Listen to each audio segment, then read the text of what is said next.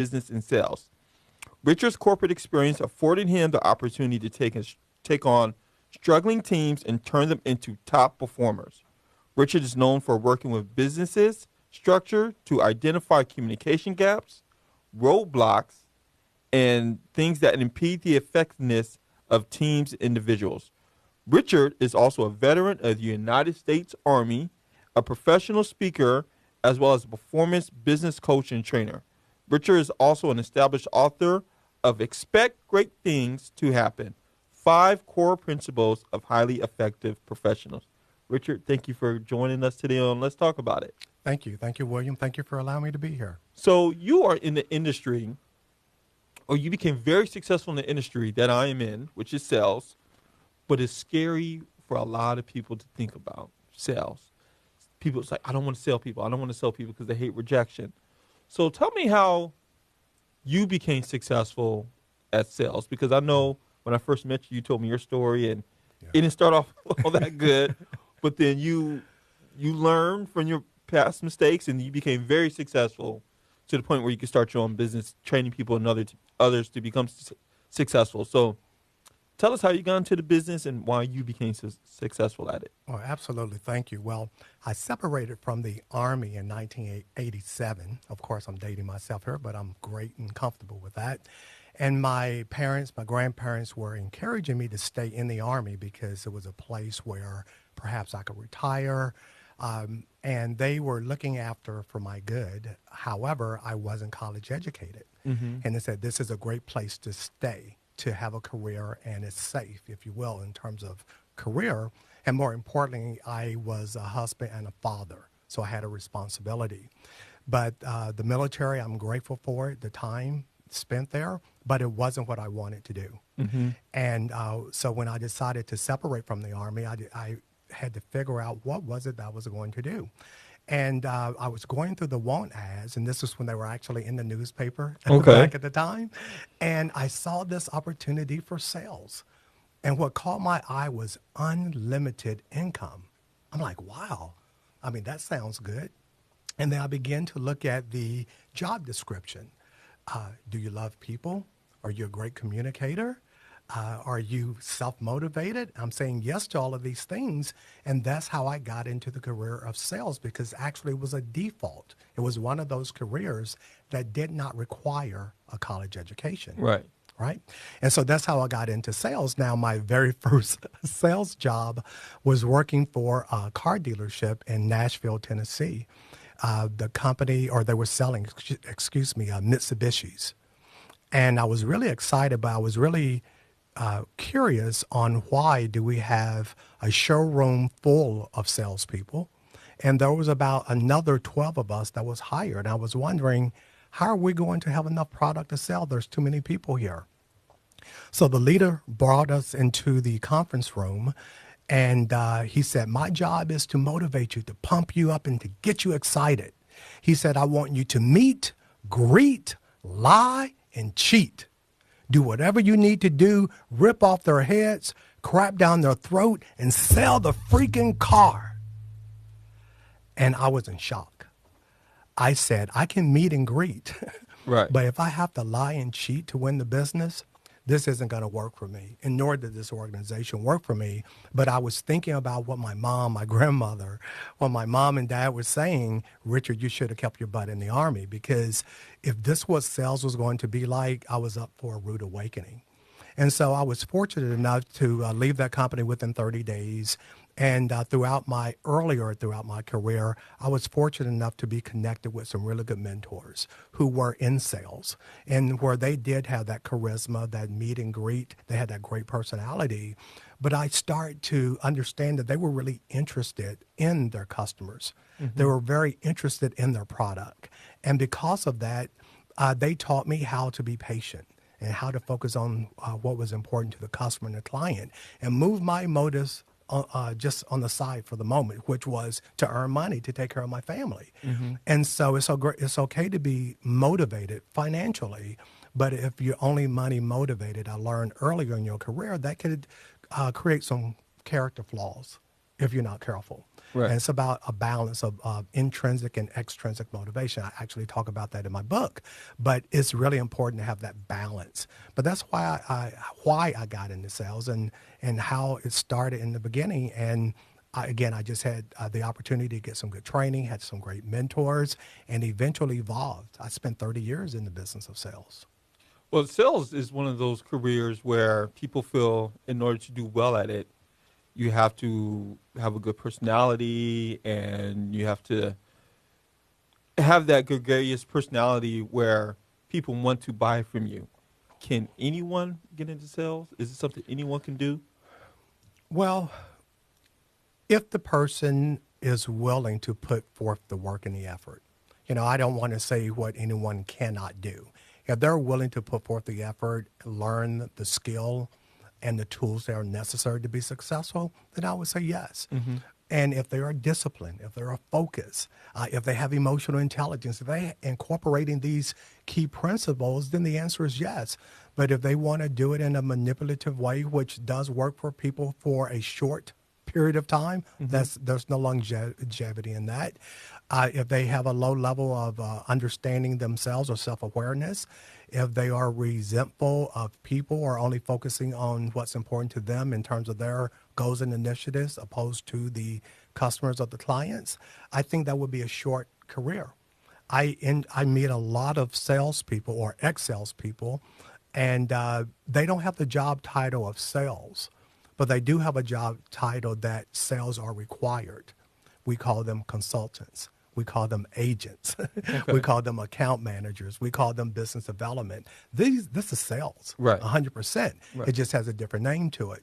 But when people, though, through my experience, feel as though that their compensation is contingent on someone purchasing their product and service, that sometimes they feel as though they have no control. But on the contrary, you have plenty of control if you learn how to leverage your skills and your intuitions and these interpersonal skills. And that's really, I call it active listening to understand, finding out what's important to your customer and your client. You do have to know your product. You do have to know your services extremely well, but you put that on the shelf for a moment and you become somewhat of a student of what's important to your client. Okay. Their buying motives. Why do they want your product or your service? And if you so happen to be in front of them, talking with them about your product or service, there is an interest. They do want to buy. If they didn't, they wouldn't be there. So there's a general interest. So I learned that my clients and my customers, they do want to purchase from me. They do want at least a product or service. If not what I have, something very similar. And if I spend that quality time getting to understand what their needs are and how they're going to use their product and service, how it's going to enhance their life and improve productivity or whatever the case may be, and if my product is a really good match for that, it's going to be a good marriage. And if it's not, then I'm going to know that pretty soon, and we can talk through that as well, what might be the best options for them. Sometimes my product and service may not be the right one, and that's okay. I'm okay with that. You're not going to win them all, but nor will you lose them all either. Well, when most people think of sales, right? Can I see that real quick?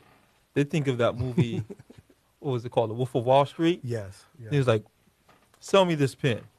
Right. And I think that's what people are scared about. Because, like, you can get a pen from anywhere. It's like, why would someone want to buy from me, compared to someone else? I think it seems like it's a confidence issue that people go through when it comes to sales. Do you have to be passionate? I'm sorry, here you go. Do you have to be passionate about what you're selling to be successful at it? I think you should be passionate. You should care about what you're representing. If you don't care about that product, that service, chances are that's going to show on how you communicate, how you're going to represent it. You can only fake that so much. So you should have a passion or a care for it. So that is important. And again, I'm passionate about training because it gives people, through my experience, the blueprint to self-regulate, to improve themselves, to be better in the workplace or whatever they may be performing in. I'm excited about that, to be a part of that. But if I didn't care about training, it would show up pretty quickly, either in my facilitation or how I talk about the subject or the product in which I'm representing. So passion is really important, but it doesn't mean that you have to stand on the table and beat your chest to be passionate. You know, I work with a lot of introverts. I work with a lot of engineers who are more logical in their communication, and that's great. But they're very passionate, if not more passionate, about someone that's perhaps an extrovert. You know, so I think passion can be controlled, it can be regulated, and we have different amounts of that. I think that can carry over into the conversation to represent your product or service. So when someone comes to you and they've been having a hard time in sales, they're not meeting their goals or quota, Yeah. and they come to you, what tends to be the main problems that they have? Is it not self-discipline? Is it, not knowing the product enough? Is it a confidence thing? What tends to be the main issues? It varies. I would say all of the above. But what I found throughout my experience was perhaps lack of understanding of the product and service. So every company I've ever worked for, William, they knew how to sell their product or service. I mean, they manufactured the product, they marketed the product, they developed the product, et cetera. They understood the product. I used to work for Nextel Communication way back in the day. Remember Nextel? I remember Nextel, Walkie-talkie big to the old, radio? yeah. And there was two folks that took a chance on me. One gentleman is the name J.T. Cole. He was my leader back in the day. And another gentleman by the name of Walter Hinkle. He was our general manager. I was new to Houston. I was new to outside sales. And I was new to wireless sales. And I was one of only two people that they hired that did not have a wireless background. Everyone else came from a competitor. And I remember folks were fighting and arguing and talking about, well, which accounts were they going to take? And they were going to, the accounts they were working on at their previous company, the competitor, they wanted to chase after those accounts to bring them over to Nextel. And all of these 6 managers got together, and we had about 48 salespeople. And they said, we want you to put together your list of accounts that you want to work on, and they're going to be protected for you for 90 days. And they gave me my legal pad, and I only wrote one company name on there. And my sister-in-law worked for a medical institution, and she was in more of a support role, so she wasn't a buyer. She could not make that decision. But that's the only person I could write on my list. Other than that, I didn't know anyone. But in their training playbook, they told me that I had to learn the product and service, which I did. They told me that I needed to make 50 phone calls per day. I need to knock on 25 doors. And if I do that, that would equate to 5 appointments a week. And those 10 appointments. 10 appointments would yield 5 sales. And those 5 sales would yield X amount of revenue. And so I went according to their playbook. And within 45 days, 60 days, I was meeting and hitting my quota every single day moving forward. And then I started to receive these awards and these accolades for going above and beyond my quota. I was at 120, 125, 30%.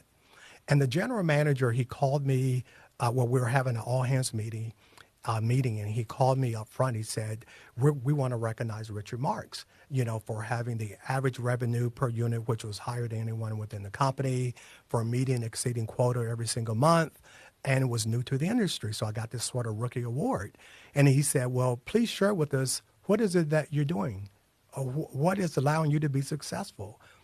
And I was dumbfounded for a moment. I'm like, well, your training manual told me that these are the things that I need to do.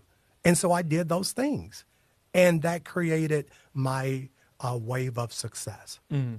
I didn't do anything special. I followed the playbook. So to answer your question, most organizations, they have a playbook. What I found with a lot of sales professionals or people who are struggling, they're going against that playbook. They want to do what they want to do, or they want to sell it the way they want to sell it. And granted that some people may have some, enlightened moments where they could have some levels of success. But again, most organizations know what it takes to be successful with their product and service. I encourage folks to follow the playbook.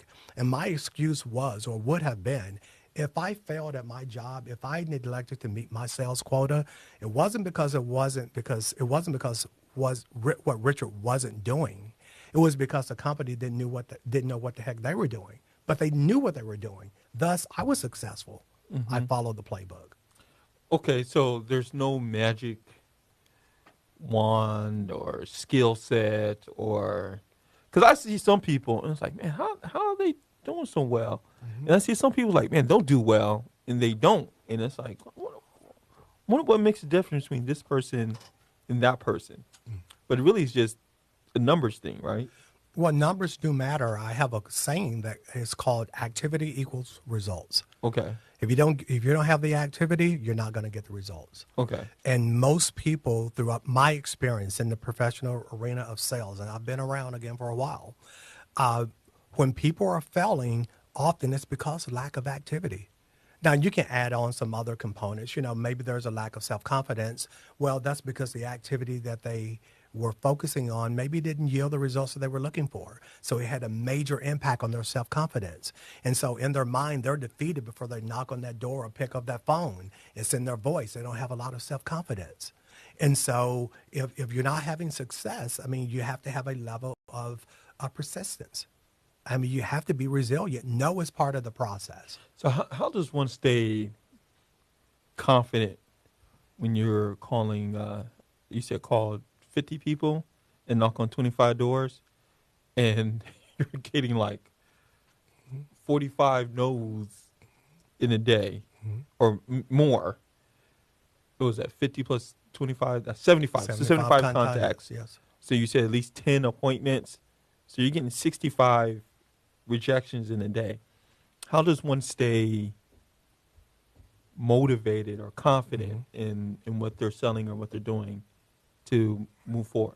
Well, we know in sales that no's is how you get to your yes. And no is, and it wasn't necessarily 65 no's. It was maybe not right now. And so I'm from a small town called Poplar Bluff, Missouri. Right. And when I was growing up, I think the population was around 18,000 when I was growing up. And I think it's multiplied by 2 now. So it's a really big city. But when I was growing up, there wasn't a lot of industry. There wasn't a lot of commerce there. There wasn't a lot. So when I was knocking on doors and making phone calls, particularly knocking on doors in the big city of Houston, fourth largest city in the United States, I was learning about what other organizations and business were doing. So maybe they said no, but I learned about that business. And, I took time having a conversation usually with the receptionist. And she said, well, we're not interested. Okay, great. Could you tell me what you guys do? And I just found it quite interesting what people did for a living. So it was more of an educational cold calling tour for me. And then once I began to find out what these folks were doing, it helped me with other conversations, other cold calls that I was interacting with. I was just interested. So the no to me wasn't painful in many cases because I was learning something. Okay. And so I turned that around. What can I learn? And again, no, not right now. Okay, great. Well, when is a good time to follow back up? And I made sure that I followed back up accordingly. And then, as the word became around in terms of what Nextel was offering, again, 4-in-1, people were interested. I was calling on construction companies. I was calling on the blue collar industry. So I was very strategic on who I was calling on. I sort of stayed in my lane, if you will. But Nextel identified who we should be calling on to begin with. Right. Right. So again, that was part of the playbook. And so the nose is just part of that process, but I call it planting seeds. Okay. Planting seeds that will sprout in its future state. Now, some of them may need a little bit more water and sunshine. Some of them may not flourish at all. You may have to replant those seeds. That's part of the process. And because I understand the process, I'm not fazed by the no. It's okay. That's a good way to look at it, is like planting seeds. Absolutely. So you're calling someone to plant a seed. And if a yes comes out of it, great. But worst case scenario, you planted a seed. Absolutely. Now, another thing is some of these no's aren't the same no's. So you get some, not right now, but you also occasionally get that angry customer. Did you get a lot of those when you went door to door? Not a Or lot of those, calls? but I understand the disposition, right? We are interrupting their day. They're not sitting by the phone waiting for a salesperson to call. Right. They're not sitting in their office. Oh, I wonder who's going to come by today so I can reject or accept in my office. We are interrupting people. And so my demeanor always respected that. I'm interrupting their day. Okay. And so if someone is upset and frustrated, I'm sure they are, but they're not upset at me. And so when that happened, it was very rare. I understood it, but it wasn't common for that to happen. Okay. Right? Again, my demeanor is always respectful, something I learned from my parents, right? Right. My mom, hey, always be respectful. Hey, I'm interrupting your day. Excuse me. My name is Richard Marks. I was in the area. I represent RDM Management Group. We are a professional training company. May I talk with the person who manages or handles your training? Or we're not interested. No problem. When might be a good time to come back? You know, never, or maybe later, just leave me your information. Great. Who's the point of contact? Do you mind? Okay, sure. Thank you very much. I really appreciate it. Sorry for interrupting your day. And I will always usually offer a compliment, you know, but it was sincere. It Right. wasn't cheesy. Again, it's always respectful. So again, I understand that I'm entering their house Right. of business. And because of that, I want to be respectful, cautious. Now, I was listening to someone who talked about how to be successful at what you do, especially if you're in sales. And this person said, basically, you need to work, schedule at least 60 to 80-hour work weeks. Is that somewhat, I don't want to say mandatory, but necessary to become successful in sales? Well, I think it depends on where you are in your sales career. Okay. I mean, if you're entering sales in your beginning stage, I mean, it was necessary to put in the hours and the time. I mean, that story about those 65 contacts or 75 contacts in the course of the day, that was Nextel. And at that time, I was probably about 7 years in sales. Early in my sales career, I mean, when I was working for that Mitsubishi dealership, we were given the white pages and smile and dial.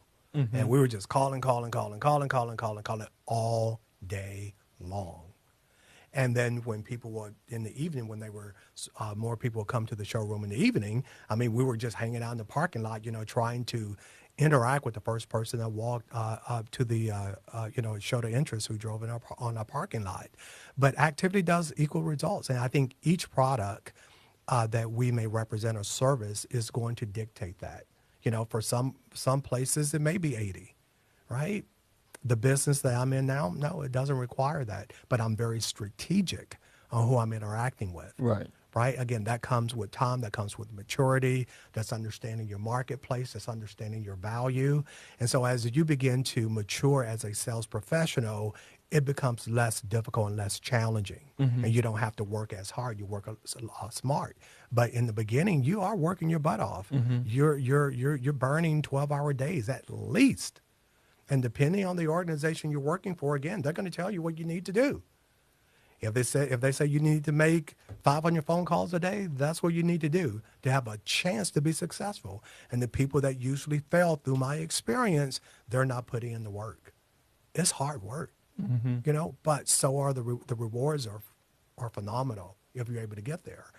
Most salespeople that I know, I have yet to meet a salesperson actually that has a degree in sales. There's no such thing. There are a couple of universities that offer it. Really? Yeah, actually, yes. But I have yet to meet a person. And at one time, there was no institution that I was aware of that offered it. But there are a few of them out there that does. But so sales is one of these professions where organizations need that revenue, right? I mean, it's a key contributing factor Right. to the success of any organization, right? Revenue. But yet the skill in which it takes, it doesn't require a degree. But should it? You know, that's up for debate. But it most definitely requires, you know, these interpersonal skills, the tenacity, the self-discipline, being focused. All of that stuff does matter. But there are some logical skills that are important as well. One of those is being able to be an effective communicator, to be Right. able to be a good listener. Just because you have that quote unquote gift of gab, if you can't listen, it defeats the purpose. Right, right. Right? You have to be able to have active listening. And if you ask the right questions, the customer will tell you what they want, when they want it, how they want it, where they want it. And if you're able to apply that skill of communication, you can connect the dots. What I've come to realize is that a lot of organizations do want that have salespeople don't necessarily do sales training. Mm-hmm. And why is that? Because if sales, not saying they don't do any, but it's not like a constant focus. Like what you and I are talking about, I don't know if most people have conversations with their team about it. Why is that? I mean, I would think that would be the case. Well, some of the companies I've worked for, again, some of that, I don't want to say entry-level sales because that wouldn't be correct. So say auto sales, for example, when I worked there was some product training and there was initially some sales training, but it wasn't ongoing, right? And I think that's where a lot of companies fall into. It's not ongoing. I have worked for some companies. Again, Nextel was one of them, and even Cricket Wireless was one of them. MCI, while I was in this wireless industry, we had ongoing strategic sales training, and it's very expensive. The hope is that you have the right mixture of people and they can go out there and bring in that revenue for you. Right. But organizations that really have figured this out continues to invest in their people. And so that's training overall. So whether it's sales training, professional development, often when things are cut, sometimes it's the training budget that's cut. And those type of budgets are necessary because you have to invest in your people. Right. Yes, you train them on the product. They had the initial onboarding, and that's fantastic.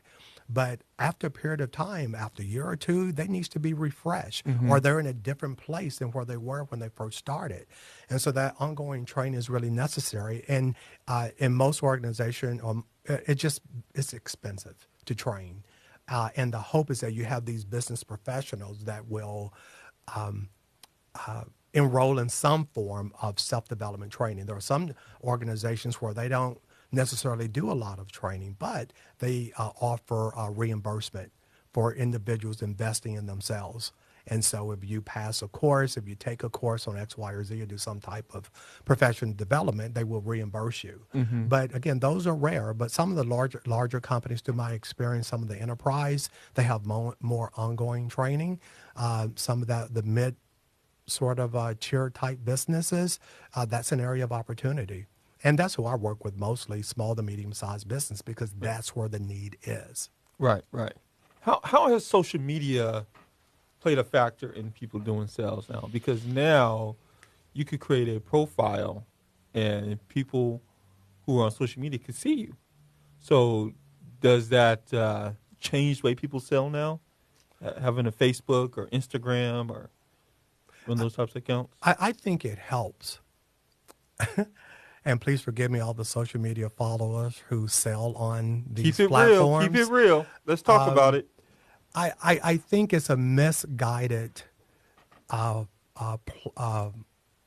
place where you are pouring your money into with the hope is going to yield you a revenue. Okay.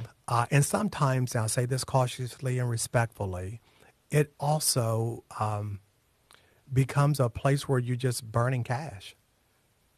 Now, if you truly are yielding the results that you're looking for, hey, hats off to you, right? I would love to have a conversation with those folks. Right. And they may have a whole lot of followers. A whole lot of followers doesn't equal a whole lot of dollars and cents.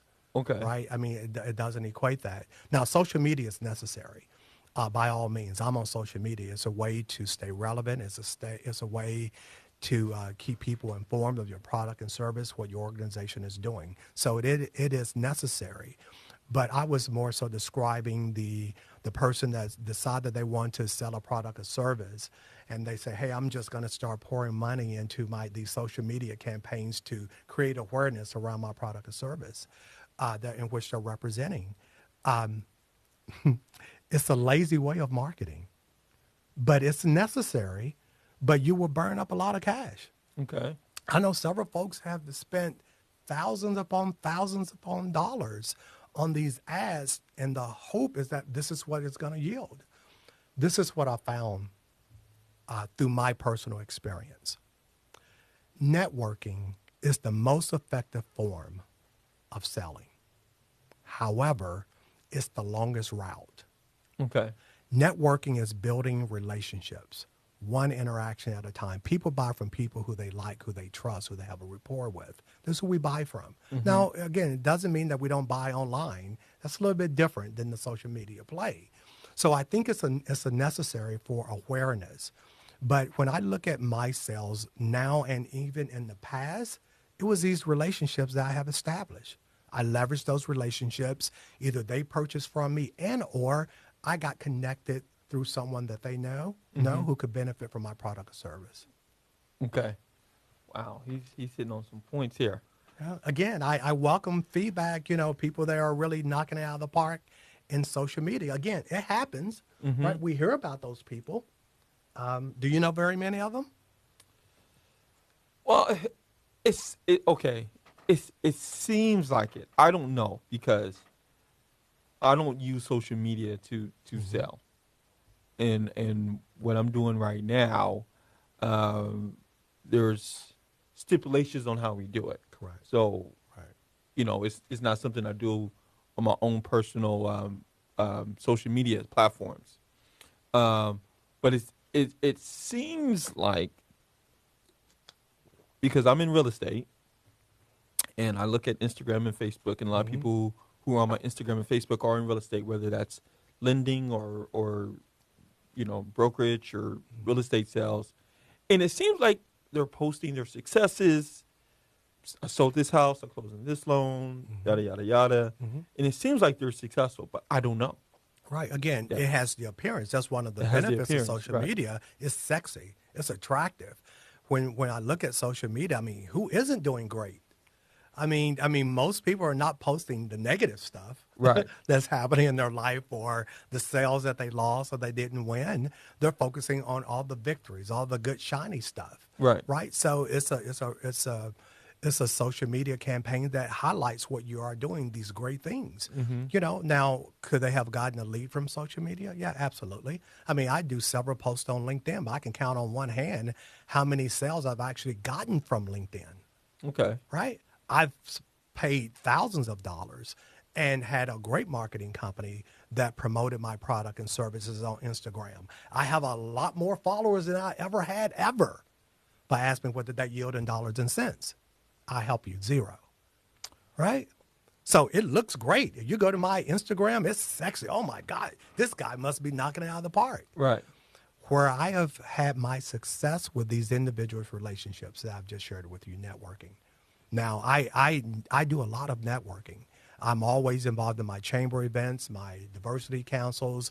I'm on 3 different boards. I am constantly networking, and those relationships are yielding revenue and opportunities for my business. And I may celebrate and highlight them, via social media, but that's not where the business is coming from. And it's like marketing. I mean, social media is another form of marketing. I have a lot of friends that are in marketing, and they would tell you, if you get 1% of that investment, hey, that's great. If you send out 10,000 mailers, how many of those people are going to respond?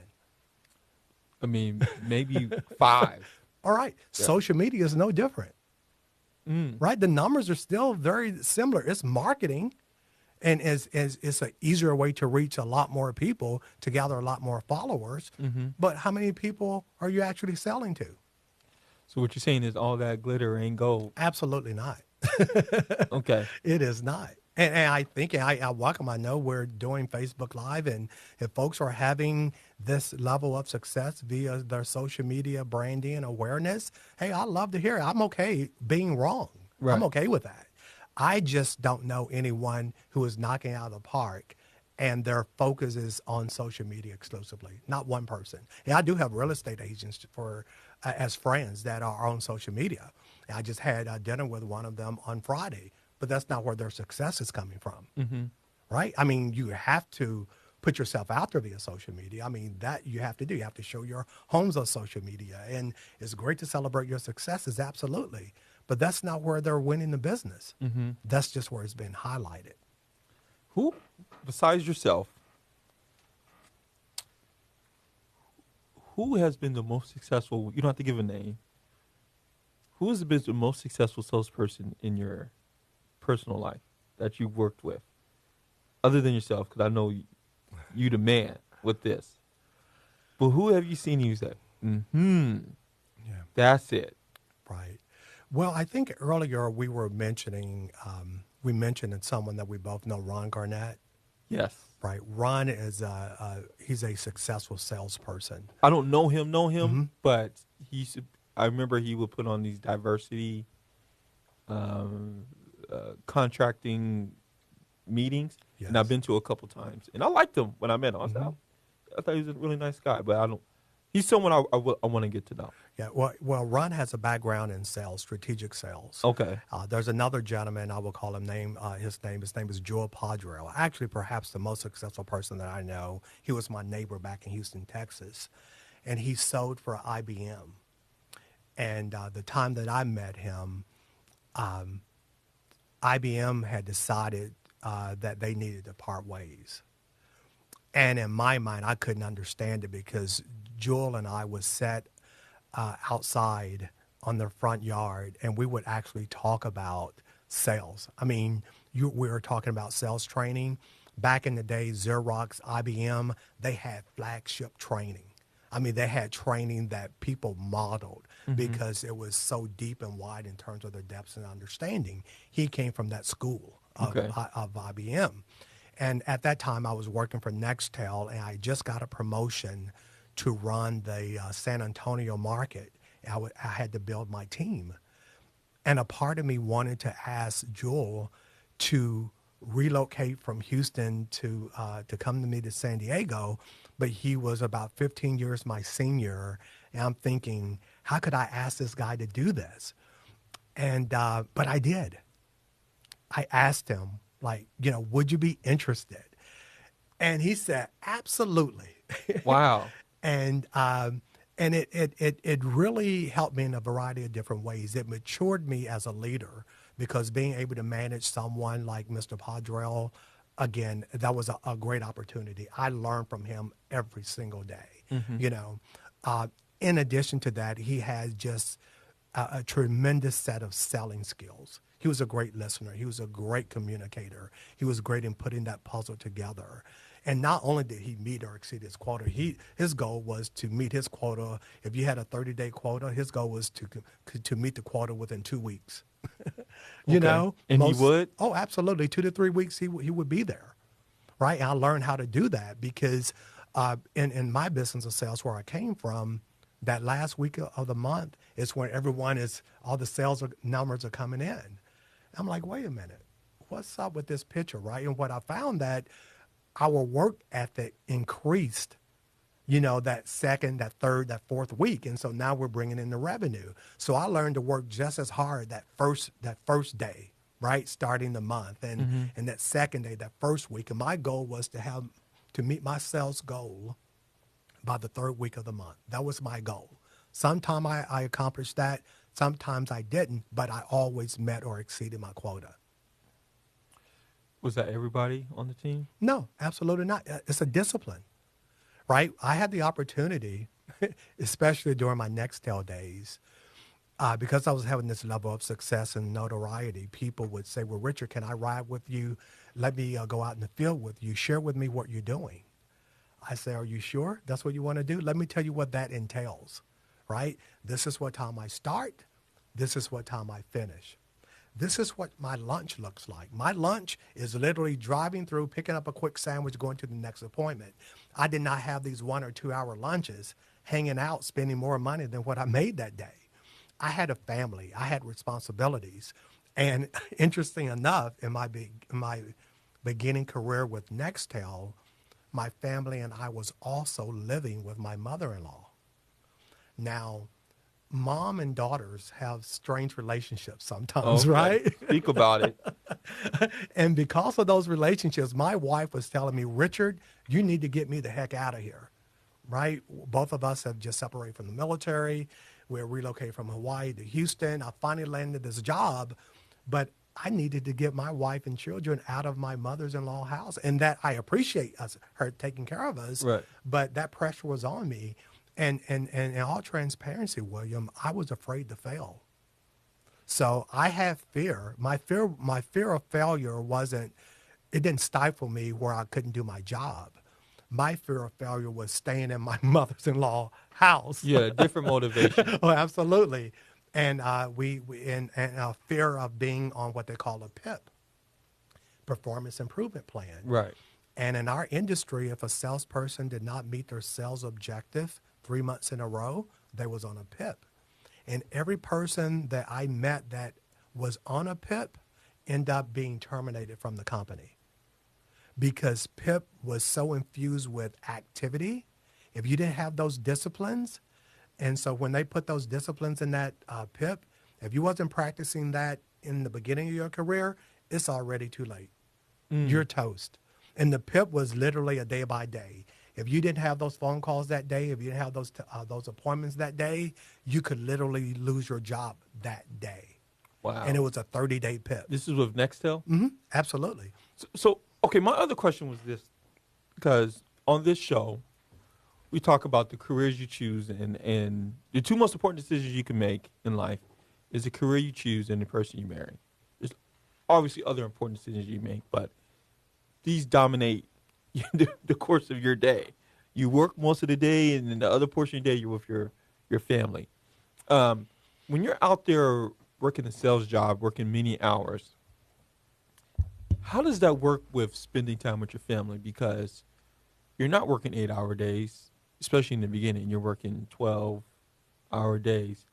How does that affect? It doesn't have to be specific, but just in your experience, how does that affect how people work that in their life with their family? Because that may be a difficult thing to balance. Well, I think it varies. I mean, to get some of these high-paying jobs require a lot of sacrifice. I mean, they're not just going to give you the money. You're going to have to work for the money. Right. And so that requires time. And so earlier in my career, my focus was to take care of my family. It required time. Now, one of the things that we did earlier is that we communicated. This is what it requires. And so because this is what it requires, that became acceptable to a period of time. So as the kids began to be a little bit more demanding, the wife needed a little bit more different things, I needed to show up. Initially, my excuse was, I'm out here working, I'm providing. And it's really interesting is that the thing that I found is a lot of companies say, never bring your personal life to work. Check it at the door. I even was taught that in the military. But not very many companies tell you not to bring your professional life home. But how many of us do? And so I learned this with my youngest daughter, Ivana. I was working my butt off at work, 12-hour days, and I brought work home. And I was sitting in my homemade office working on this report. And she came in the room and she said, "Hey, Dad, I want to tell you something that happened to me at school today." I'm like, "Well, go ahead, tell me," while I was steady typing away on my computer. And she said, "Nope, I'm not going to tell you until you give me your undivided attention." I chuckled. I'm like, "Who kid is this? Yeah. Girl, you better tell me what you want. I'm busy here. What Right. do you want?" She said, "Nope." And so she sat down in this stool, and the stool rotated. And so she was just rocking like this for about a minute, not saying anything. And I was focused on my work. So finally, I looked up, and we caught each other's eyes, and they locked. And we just started laughing. I said, "Okay, Ivana, what is it that you want?" And so she shared with me the story, something very funny that happened to her at school. And it was funny. And then she came over and gave me a big hug and a kiss on the cheek. And it hit me like a ton of bricks, William. If I was in the office and my boss would have walked over, a coworker or a peer, I would have literally stopped what I was doing and gave them my undivided attention because I value those relationships at work. I mean, I'm at work. What else do I supposed to do? But I wasn't willing to do that with my own daughter at home. And so that's when I sort of got that checkup from the neck up in terms of how to balance work life, Right. right? I've learned how to balance that. Now, being an entrepreneur, it requires a whole lot of work, but I've learned how to balance that. I make sure that I give my family what it needs, again, of me. And equally as important, I make sure I give Richard what he needs.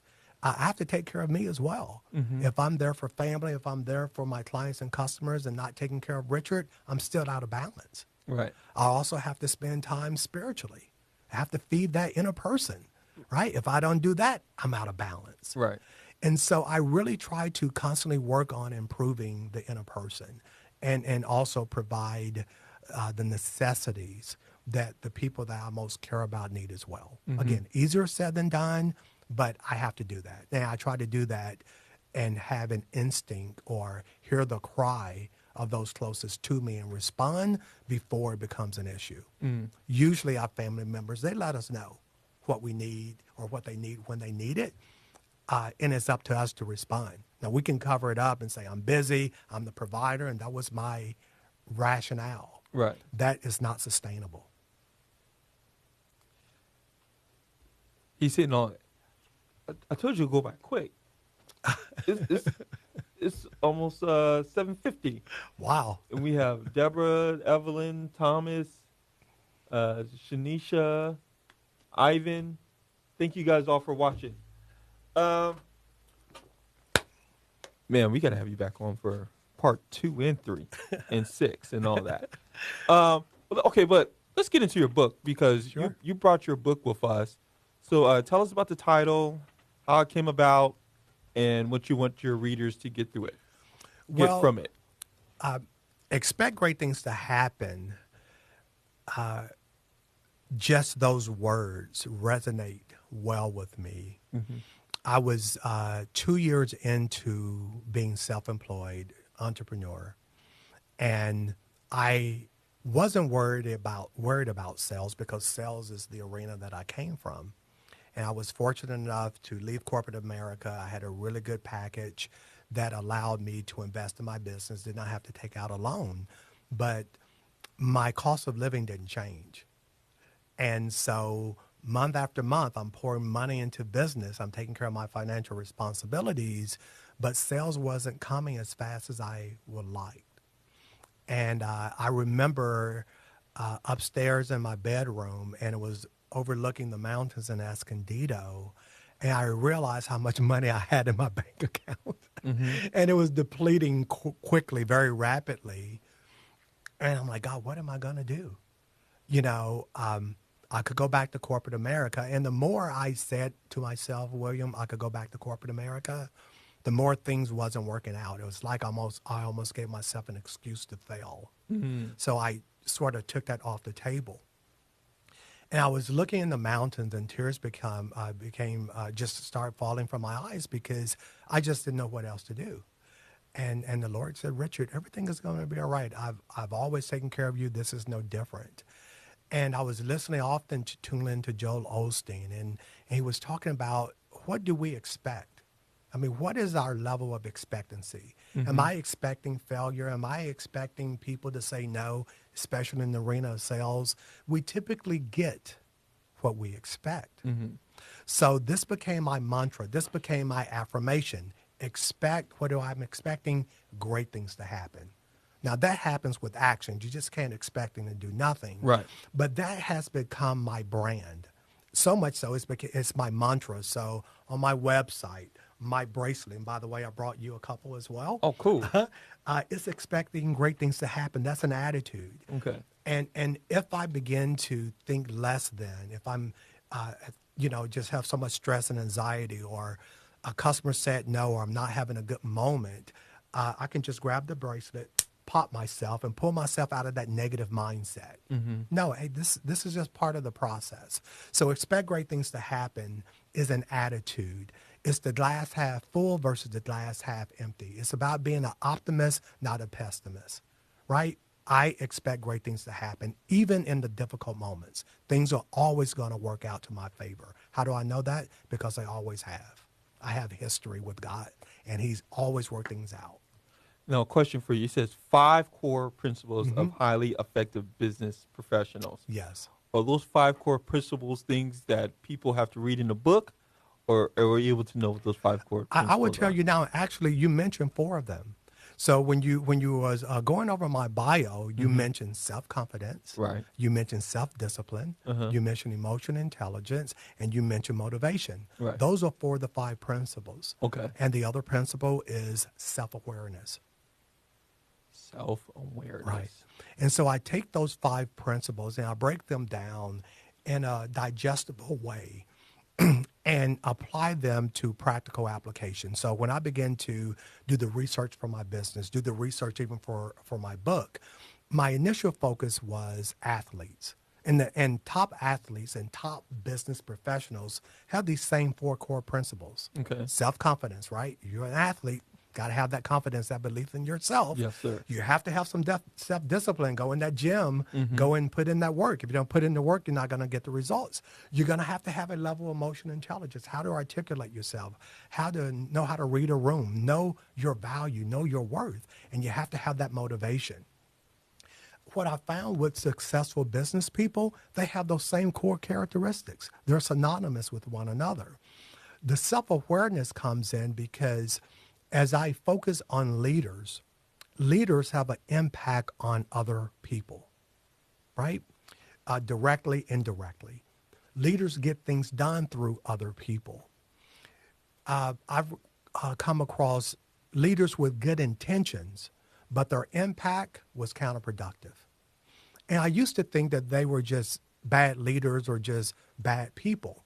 They just had a lack of self-awareness. Mm-hmm. Their intentions was to be direct, to the point, motivate you and go out there and get the job done. What they created was apathy, lack of interest, impacted your morale because how they approach you, how they did not show value or didn't show that you were appreciated. And if an employee doesn't feel valued or appreciated, that's going to be the gift that keeps on giving in their lack of focus, their lack of productivity. Now, it doesn't give them an excuse not to do their job, but it's what happens. If you don't show anyone that you care and that you value them and you appreciate them, why are they going to go out there and bust their butt for you? It just doesn't happen that way. Now, some people are able to focus and not get so distracted with their leader. But here in the current climate, we find that people are terminating their leader more so than ever before. Right. Now, we say they're leaving the company, they're firing their boss, Right. right? Right. And I know this also well because 90% of my training, 90% of my time, I spend it with leaders. And leaders are promoted from individual contributor to leader because they excelled at their job as an individual contributor. And that's what we call the hard skill. It's what you and I know. But in order to be a great leader, it's about emotional intelligence. It's about communication. It's getting things done through other people. And if you don't know how to do that, it's a totally different subset of skill as compared to an individual contributor. Right. It's something that you learn or you have to develop. And some of our leaders are practicing on our people, not intentionally, but they're practicing because they don't have training. Yeah. And so if they don't have training, they're going to figure it out. Mm-hmm. And they often won't go to their leader and say, I'm struggling here. I don't know what to do because they're embarrassed. How can I tell my leader that I don't know how to manage people? Now, that would be the common thing to do, the right thing to do, but it doesn't happen. And so leaders are often, they have this huge responsibility of taking these strategic plans that are coming from the C-levels, the C-level, the CEOs, the CFOs, et cetera, and they have to get things done through other people, the tactical stuff. Now, they didn't create these goals and the objectives, nor are they doing them. They have to get things done through other people, and they are responsible for getting it done. That requires interpersonal skills. That requires emotional intelligence. That requires self-awareness. And if you have developed these skills, typically you're going to do well. If you think about your most successful leaders, what do they have in common? And what my audience tells me, they cared about me, they valued. Yes, they were tactical, they were also strategic, they were visionaries, but they cared about me. Right. And the leaders that fall into that column of the worst leaders, They didn't care about me. They didn't value me. They didn't appreciate me. And this plays out in productivity, focus, and discipline each and every time. Dang it, we only got 4 minutes left. Wow. You have. This has to be one of the best shows we've ever done. Only thing I'm disappointed is I wish my co-host Clint was here. Times would even been by faster, because you're talking about an industry both he and I are in sales. Like I work for a company, he works for himself, but we both obviously have to do it. And I can speak for him, but for me, there's times where things are good, and there's times it's just like, I don't know, rates being where they're at, being high, and lack of inventory here in San Diego. It's one of those things where if you're in real estate and you're not at the top of the heap, the top 10% or 1%, you're wondering like, okay, can I make it through this market? Mm-hmm. It's a unique situation because you're dealing with outside variables that you have no control over. Only thing you can control is your attitude. What would you say to individuals who are in sales that are going through certain things like this market, and there's outside variables that affect what you sell? What would you say to those? Those words I shared earlier, again, activity equals results, and I'm not being cynical. Okay. You're going to win some and you're going to lose some, and no matter what you're selling. But the more I have to work with, right, I'm more inclined to have something versus nothing. But if I'm only working on one or two deals, I'm already at a loss. I should be working on about a dozen opportunities, and they're in different stages, if you will. Okay. Right. And they begin to manifest and grow into, these deals. So I would say work with as many people as you possibly can. Remain relevant. You never know when someone is wanting to buy or someone wanting to sell. You just never know. Right. Right. Things pop up all the time. And so I would stay very active in terms in your community, as I know that you are.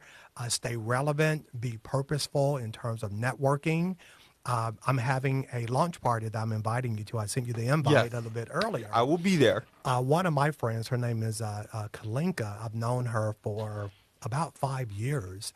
And I met her at the Chamber, North San Diego Business Chamber. And she always she was in real estate, and then she got a regular job. And she left that because she always wanted to go back to real estate, but she had responsibilities. She needed that steady income. And so finally, she was able to get back in real estate. And when she got back in real estate, again, it was rough. I mean, just as she remembered, again, it was just a very tough market. But we would have constant conversation, constant coaching conversations, but she remained resilient. She remained active. She, again, that activity results, as I mentioned. And then all of a sudden, things just opened up. The timing was perfect. Was perfect. I met with her on Friday. She said that she has sold more. Well, let me back up. Last year was a record year for her, number one. Right. But she has sold more in these first 5 months than she sold last year. Wow. All of the fruits of her labor, all of those seeds that she planted when it wasn't plentiful are now paying off. And she also having some good luck. Timing is also everything. So I would say staying with that activity and being very strategic. Who's buying? What's your market that you're looking for, right? Not every person that we interact with, and I say this cautioning respectfully, is going to be a good customer for us.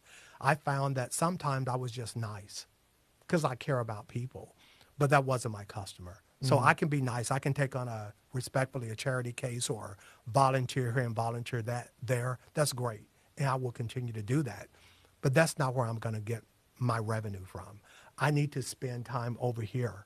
And that's where these opportunities are bigger and brighter and greater. But it requires a whole lot of work. I'm still going to put in this nice, kind charity work because that's just part of who I am. So I've identified who my customer is. I guess that's what I'm saying. Okay. We have to know who is our customer and who is not our customer at the earliest stage possible. Woo! Fire.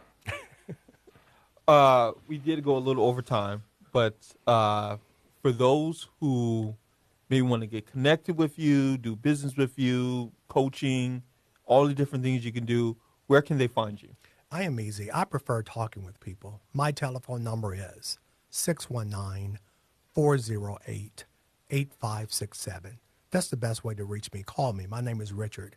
And I will pick up the phone immediately. And if I'm busy with the client training, which I often am doing, I will call you back.